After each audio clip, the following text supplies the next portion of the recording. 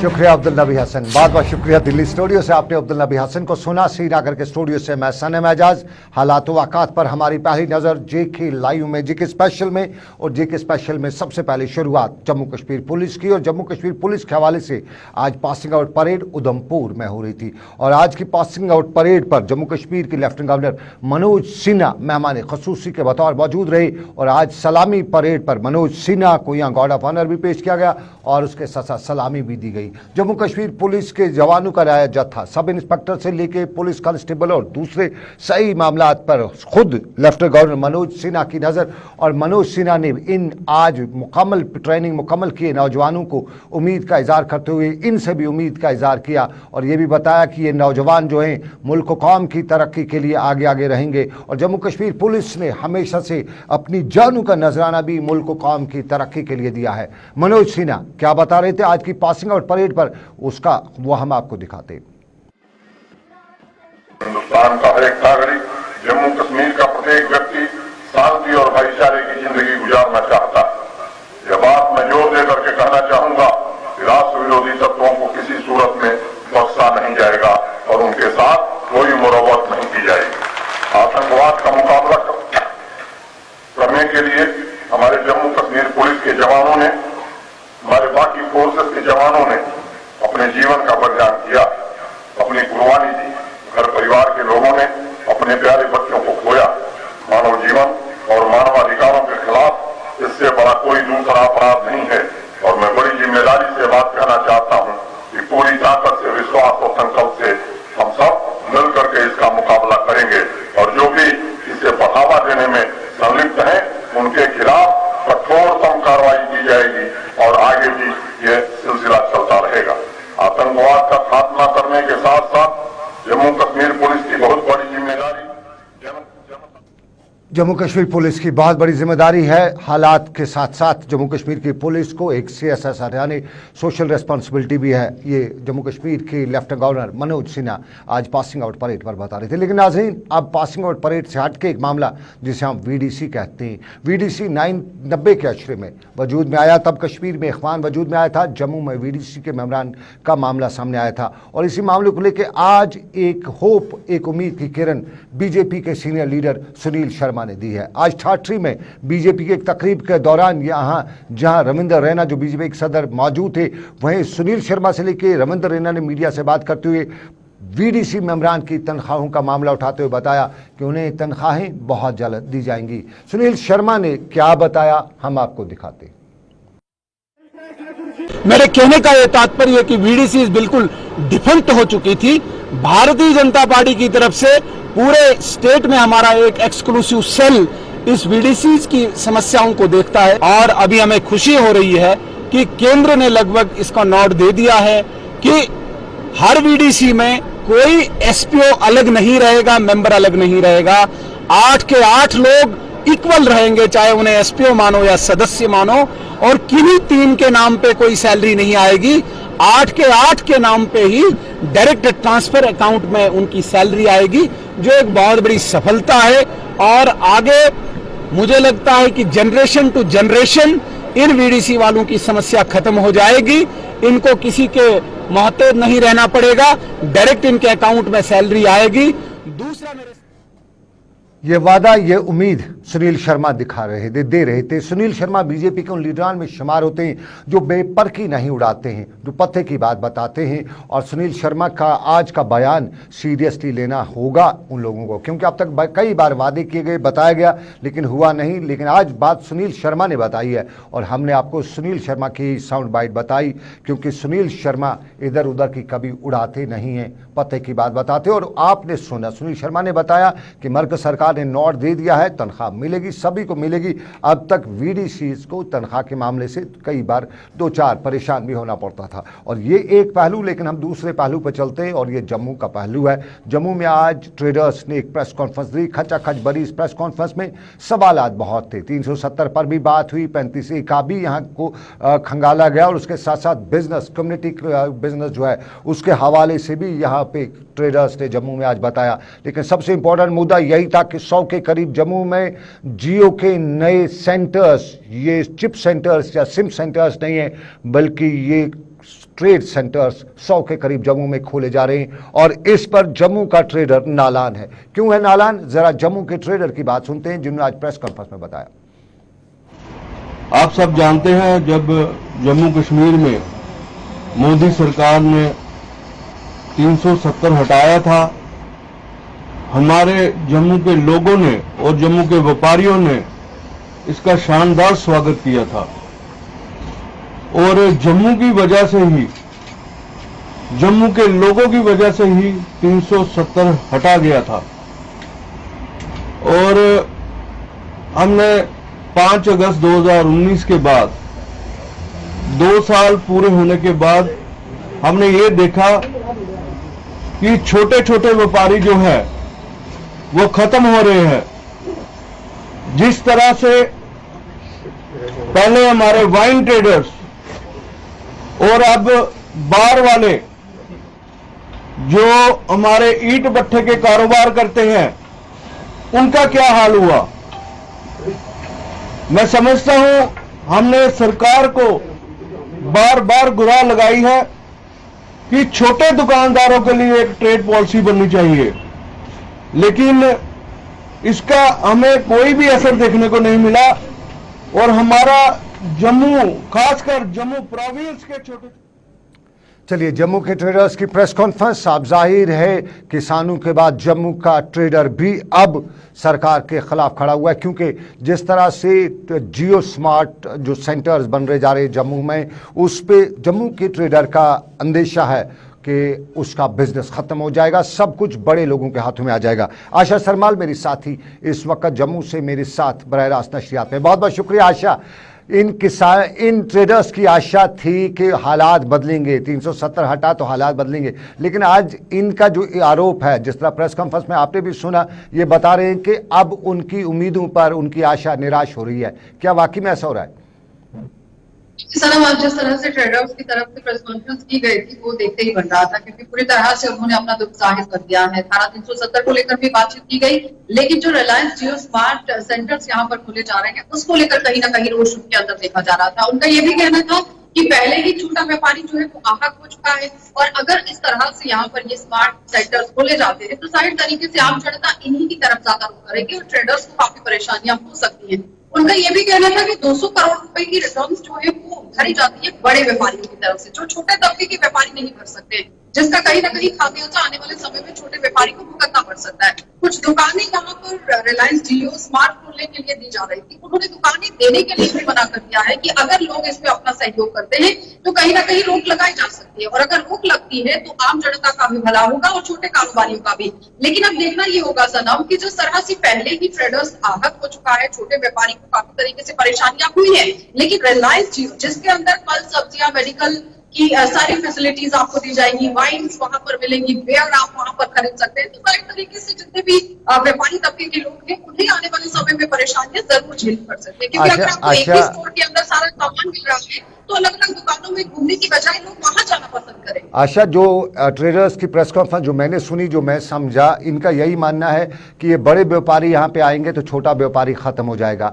क्या ये सरकार के तक ये बात पहुंचाते हुए सरकार कोई और फैसला इन जियो जो अब सेंटर 100 के करीब जो बन रहे हैं जम्मू में खुल रहे हैं उसको बंद करने की कोई उम्मीद इनको नजर आ रही है? बंद करने को लेकर तो अभी बात कोई सामने नहीं रखी गई, लेकिन उन्होंने बंद करवाने को लेकर बात जरूर कही है कि जब यहाँ पर ये पहुंच रहे हैं तो इनकी दुकानें ना दी जाएं जहां पर ये अपने स्टोर्स खोल सके, क्योंकि उन्होंने बेस्ट प्राइस का हवाला दे दिया है। तालाब तल्लू इलाका है जहां पर बेस्ट प्राइस खोला गया था, तो जाहिर तरीके से उसके इर्द गिर्द जितने भी कारोबारी तबके थे वो सब आहत हुए थे। उन्हें रोकने के लिए उन्होंने एक अपील जरूर की है कि दुकानें किराए पर ना दी जाए, वहां पर उन्हें जगह जो है वो ना मिले, तो अगर जगह नहीं मिलेगी यहाँ पर काम, क्योंकि रिलायंस जियो को लेकर उन्होंने ज्यादा तरीके से बात कही है कि रिलायंस जियो का जितना भी नेटवर्क है वो पूरे भारत के अंदर चल रहा है और काफी बड़ा नेटवर्क है, तो अगर वो यहाँ सेटअप होता है तो कहीं ना कहीं व्यापारियों को परेशानी जरूर होगी। अच्छा, ये जो ट्रेडर्स आज जिस तरह आपने सुना 5 अगस्त या यूं कहें 370 को इसके साथ जोड़ते हुए देख रहे थे, क्या इससे 370 को आसपास की सियासत जम्मू में गर्म तो नहीं होगी? देखिए, 370 को लेकर तो पहले भी हर किसी ने अपना रुख इख्तियार तो किया था कि 370 जाने के बाद कहीं ना कहीं विकास जम्मू कश्मीर के अंदर जरूर हुआ है और होगा भी आने वाले समय में। लेकिन सनम, आज बात यहाँ ट्रेडर्स को लेकर हो रही है। ट्रेडर एसोसिएशन ने आज जिस तरह से प्रेस कॉन्फ्रेंस की है, उन्होंने दो टूक जवाब जरूर दिया है कि अगर इसे यहाँ नहीं रोका गया तो आने वाले समय में वो उग्र प्रदर्शन भी करेंगे और पूरी तरह से जो मांगे उन्होंने रखी है, अगर उन्हें नहीं माना जाता है तो वो आने वाले समय में कुछ और आंदोलन भी यहाँ शुरू कर सकते हैं। तो जाहिर तरीके से सरकार के सामने एक चेतावनी जरूर रखी गई है ट्रेडर्स की तरफ। आशा सरमाल जम्मू से मेरे साथी आशा सरमाल हमें लाइव नशरियात में बता रही थी कि ट्रेडर्स की आज की प्रेस कॉन्फ्रेंस, और इस प्रेस कॉन्फ्रेंस में बताया यही गया कि बड़े बड़े हाथी या बड़े बड़े बिजनेस टाइकून्स अब आना शुरू हो चुके हैं और जम्मू कश्मीर का एक छोटा सा व्यापारी, उसकी रोजी रोटी पर लात पड़ने वाली है, शुरुआत हो चुकी है। ये जम्मू का व्यापारी बता रहा था, आज उन्हें प्रेस कॉन्फ्रेंस करते हुए बताया। और जो सेंटर, जियो सेंटर्स जम्मू में खुल रहे हैं, अभी कश्मीर दूर है, जम्मू में 100 के करीब जियो रिलायंस का प्लान है, वो जियो के सेंटर्स अपने खोलने जा रहा है। तो उससे साफ जाहिर है जम्मू कश्मीर और जम्मू के ट्रेडर को नुकसान भी हो सकता है, ये जम्मू के ट्रेडर की बात। लेकिन आपको बताएं, आप देख रहे हैं जेके स्पेशल सनम के साथ एक छोटा सा तजारती वक्फा, हम ब्रेक के बाद मिलेंगे। अभी खबरें हैं, अभी मामलात है, थोड़ी सी सियासत भी है, लेकिन छोटे से तजारती वक्फे के बाद।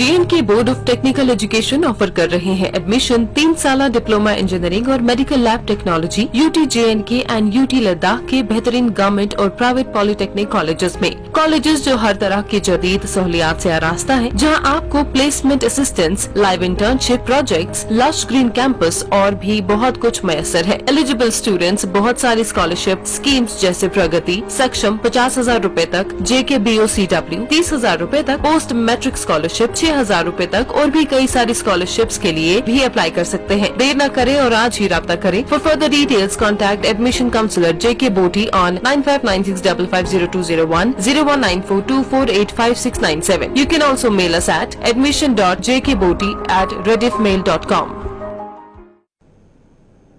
चलिए, खैर मकदम आपका तिजारती वक्फे के बाद। और हमने तालीम की बात भी करनी है, तालीम पे हमें पूरा ध्यान देना है, बच्चों को पढ़ाना है। टेक्निकल एजुकेशन इन दिनों आपके बच्चों का एडमिशन कर रहा है, ज़रूर आपके कॉलेज ऑफ टेक्निकल एजुकेशन से रब्ता कायम करें। ये हमारा तिजारती पैगाम था। लेकिन इसके साथ साथ दूसरे मामलात हैं, और दूसरे मामलात में सोपोर के दरियाई जहलिम का वाक़ा और उसमें रेस्क्यू ऑपरेशन। और आपको बताते चले, महाराजपुरा सोपोर में एक 11 साला बच्चा एतवार के दिन दरियाई जहलिम में नहाते नहाते डूब गया था।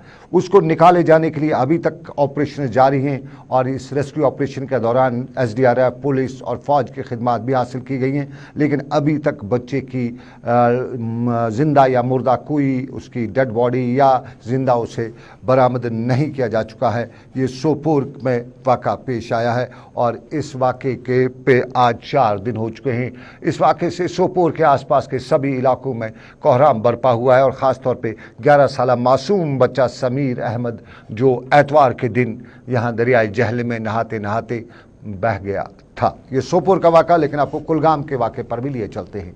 कुलगाम में दौरान शब आग की हौलनाक वारदात पेश आती है, और आग की इस हौलनाक वारदात में एक दुकान के नजर आतिश होने की खबर है। बताया जाता है कि दुकान में लगी आग से बड़े पैमाने पर नुकसान भी हुआ है, और दौरान शब लगी आग को काबू करने में फायर एंड इमरजेंसी सर्विसेज के साथ साथ पुलिस ने भरपूर और मुकामी लोगों ने भरपूर मेहनत करके इस आग को फैलने से बचा लिया। लेकिन आग जब तक काबू में की जाती, तब तक इस आग ने बहुत ज़्यादा नुकसान पहुंचाया हुआ था और यहाँ पे बड़ी मालियत में नुकसान हुआ था। ये कुलगाम का पहलू। लेकिन हम आपको अभी बाद दोपहर यानी करीबन 4 बजे पुलवामा के खबर भी बताते चलें। ये आग लगी है, ये पुलवामा में करीबन 4 बजे सीआरपीएफ की 182 बटालियन हेडक्वार्टर में आग नमूदार हुई और इस आग से सीआरपीएफ के अंदर जो हेडक्वार्टर है उसमें इस आग की वजह से धुएं के अंबार देखे जा रहे थे।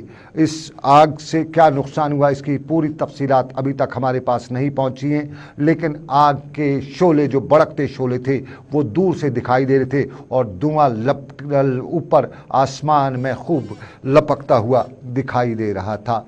और ये पुलवामा के पुलवामा में सीआरपीएफ की 182 बटालियन में लगी आग के नतीजे में था। लेकिन कुलगाम में हादसे की खबर भी आपको बताते चले। चिचमुला दमाल हांजीपोरा में सड़क का एक हादसा और इस सड़क के हादसे में एक शख्स की मौत वाक़ा हुई है। बताया जाता है कि तेज़ रफ्तार ट्रैक्टर की वजह से एक नौजवान कुचला गया जिसका नाम जावेद अहमद है, जिसे फौरी तौर पर अस्पताल भी पहुंचाया गया, ताहम वो जख्मों की ताब न लाते हुए दम तोड़ बैठा। पुलिस ने यह मामला दर्ज करके तहकीकात शुरू कर दी है। और अब नाज़रीन हम एक अलमिये पे लिए चलते हैं। कश्मीर में एक मुहावरा है, हर फिक्र को धुएं में उड़ाता चला गया। ये एक फिल्म का गाना भी है लेकिन इसको मुहावरे के तौर पे इस्तेमाल किया जाता है। और कश्मीर में ये वो तस्वीर हैं जो दिल दहलाने वाली तस्वीर हैं। हर तीसरा यहाँ कहीं न कहीं स्मोकिंग के साथ है। ये सिगरेट पीना आपकी सेहत के लिए बहुत मुज़िर है और श्रीनगर में हर तरफ सिगरेट ही सिगरेट दिखाई देते हैं। जम्मू कश्मीर में या ख़ास तौर पे कश्मीर में 600 करोड़ रुपए के सालाना सिगरेट का कारोबार होता है। श्रीनगर में 122 करोड़ रुपए का ये कारोबार होता है। ये कितना अलमनाक है, दर्दनाक है। और इस पे आपको लिखा होता है कि सिगरेट पीने से आपकी मौत वाक़ा होती है, ताहम ये सिगरेट पी जाती है। मेरे साथी सईद अमजद खान ने कुछ शहर का खुलासा किया है, देखते हैं वो क्या बता रहे हैं। Cigarette smoking is injurious to health, यानी तंबाकू और सिगरेट का सेवन सेहत के लिए हानिकारक है। लेकिन क्या ये हानिकारक कश्मीर के लिए नहीं? ये सवाल आज से कुछ दिन पहले सामने आया जब डायरेक्टर हेल्थ कश्मीर ने एक कॉन्वोकेशन के दौरान श्रीनगर के अंदर एक सबसे बड़ा आंकड़ा कश्मीर का सामने रखा और कहा कि कश्मीर के 9 जिलों के अंदर सालाना 600 करोड़ रुपए का खर्चा सिगरेट और तंबाकू प्रोडक्ट्स पर होता है। यानी कश्मीर के अंदर सबसे ज्यादा तंबाकू का सेवन नॉर्थ इंडिया में किया जा रहा है, सिगरेट का किया जा रहा है। सालाना 600 करोड़ रुपए कश्मीर के 9 जिलों में खर्चा जाता है, जिसमें श्रीनगर के अंदर सबसे ज्यादा 122 करोड़ रुपए, अनंतनाग में दूसरे नंबर पे 104 करोड़ रुपए हर साल सिगरेट और तंबाकू प्रोडक्ट्स पर खर्चा जाता है। अब कई तरह के प्रचार, कई तरह के हमने कई तरह की स्कीम्स सरकार की देखी हैं, जिसमें सरकार ने ये कहा कि सिगरेट को शहर के अंदर बैन कर देंगे, सिगरेट को जम्मू कश्मीर प्रदेश के अंदर से बैन कर देंगे और पब्लिक प्लेसेस पर सिगरेट स्मोकिंग अलाउड नहीं करेंगे। इसमें पिछले 10 सालों से अगर कहें तो लगातार कोई बड़ी कार्रवाई देखने को नहीं मिली है। हालांकि 2003 में सरकार ने एक बिल जरूर प्रोड्यूस किया था जिसमें यह कहा गया था कि टोबैको एंड अदर प्रोडक्ट्स के लिए एक बड़ी इंप्लीमेंटेशन देश के अंदर की जाएगी, जिसके तहत रेगुलेशन किया जाएगा किस तरह से परचेज, सेल, डिस्ट्रीब्यूशन करना है टोबैको प्रोडक्ट्स का, कहां पर बेचना है, कहां पर नहीं बेचना है, किस एरिया के अंदर आप बेच सकते हैं, किस एरिया के अंदर आप नहीं बेच सकते और किस तरह से पब्लिक प्लेसेस में रेगुलेट करना है सिगरेट स्मोकिंग को और टोबैको प्रोडक्ट्स को। लेकिन बदकिस्मती कश्मीर की यह है कि यहां पर इन रूल्स रेगुलेशंस को इंप्लीमेंट कर पाना सरकार के लिए शायद हम कहें तो एक तरह से नामुमकिन सा लग रहा है, क्योंकि पिछले 10 सालों की अगर बात करें तो फैक्ट चेक हिस्ट्री को भी खोलकर अगर देखा जाए तो कश्मीर में कोई बड़ी कार्रवाई सिगरेट के खिलाफ देखने को नहीं मिली है। लेकिन पिछले कुछ दिनों की अगर बात करें तो शायद पिछले कुछ महीनों से सरकार थोड़ी सी सतर्क कश्मीर के अंदर जरूर हो रही है, वो भी श्रीनगर के लालचौक के इलाके में, जहां पर एजुकेशन इंस्टीट्यूट्स के आसपास जितने भी मौजूद ऐसे टोबैको प्रोडक्ट्स बेचने वाली दुकानें थी उन पर कार्रवाई की गई। लेकिन वो कार्रवाई भी सिर्फ शायद वन टाइम कार्रवाई थी, क्योंकि उसके बाद अभी तक दोबारा कोई दूसरा राउंड चेकिंग का नहीं किया गया है और वो दुकानें जिन्हें बंद कर दिया गया था वो फिर से एक बार अपने कारोबार में दोबारा से लग चुकी हैं।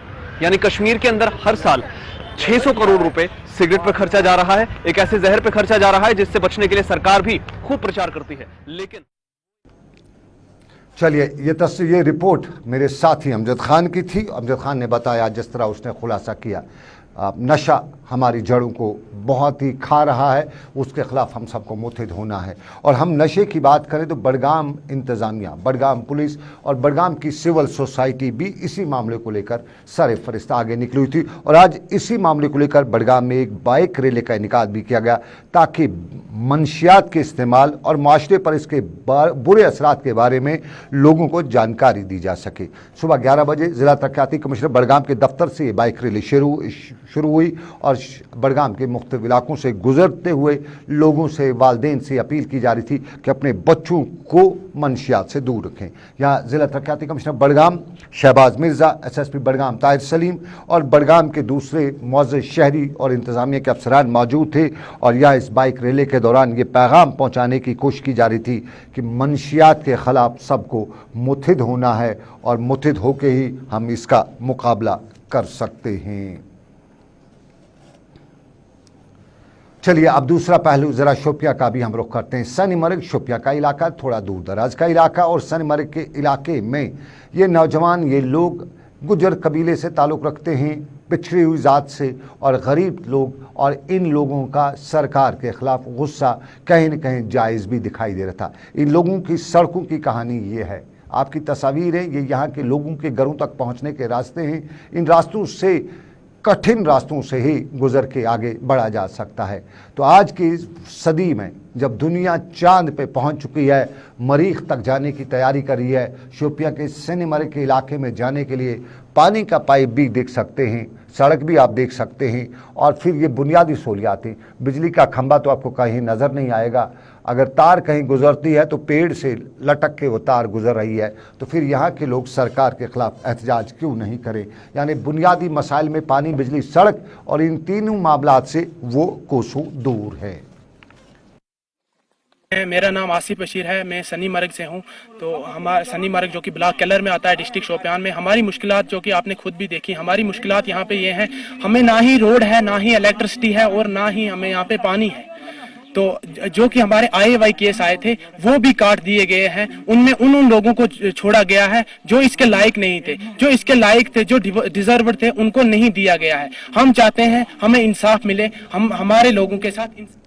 चलिए, बच्चे कहते हैं इंसाफ मिले, क्योंकि बिजली नहीं है तो पढ़ नहीं सकते। और सनमर्ग शोपिया के बच्चों की कहानी है, दास्तान है, जो सरकार तक वो पहुंचाना चाहते हैं। लेकिन कुपवाड़ा के आम शहरी भी सरकार तक बात पहुंचाना चाहते हैं। यहाँ सिर्फ कुपवाड़ा के आम शहरी नहीं, बल्कि वादी लोलाब की तरफ जाने वाले रास्ते पे से लेके कुपवाड़ा की चौकी, बलिया, हंदवाड़ा या हायामा, जिस रास्ते पे जाएं, लोग सरकार तक ये बात पहुंचाना चाहते हैं, को सुनाना चाहते हैं कि कुपवाड़ा का में जो कूड़ा कचरा जो जमा कुपवाड़ा में होता है उसको क्यों नदी नालों में डाला जाता है, क्यों नदी नालों के किनारे पे रखा जाता है। और साफ जाहिर है सरकार इतना पैसा खर्च करती है, थोड़ा सा और भी कर लेती है, एक छोटा सा डंपिंग साइट बना लेती और यूं कुदरती वसाइल या नदी नालों को यहाँ पे आलूदा न करना पड़ता। लोग आलूदा करते हैं और म्यूनसिपल इंतज़ामिया जो कुपवाड़ा की है वो भी इस आलूदा करने में सबसे आगे है, क्योंकि कूड़ा कचरा बाज़ार से उठाया, गली कोचे से उठाया और आके उस नाले में डाला, जिसे नाले लुलाब कहते हैं।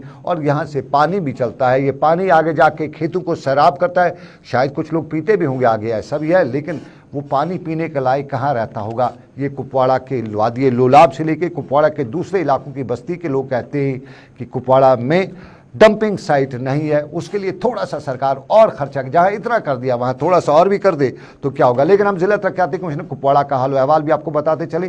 कुपवाड़ा में जिला तरक्याती कमिश्नर इमामुद्दीन ने आज कई इलाकों का दौरा भी किया और इस दौरे के दौरान उन्होंने कई तरक्याती मनसूबों का जायजा भी लिया और इन मनसूबों के दौरान उन्होंने यकीन दिलाया कि ज़िले में जितने भी मामलात होंगे उनको तरजीही बुनियादों पर हल कराया जाएगा। तो ये था हमारा आज का जेके स्पेशल। आज के जेके स्पेशल से बस इतना ही। मुझे मेरी पूरी टीम के साथ दीजिए इजाज़त, इस वादे के साथ कि ऊपर वाले की रही मर्जी, फिर करेंगे आपसे मुलाकात। आप रखिएगा अपना ख्याल। अल्लाह आपका मेरा सब का निगहबान हो। अल्लाह हाफिज़।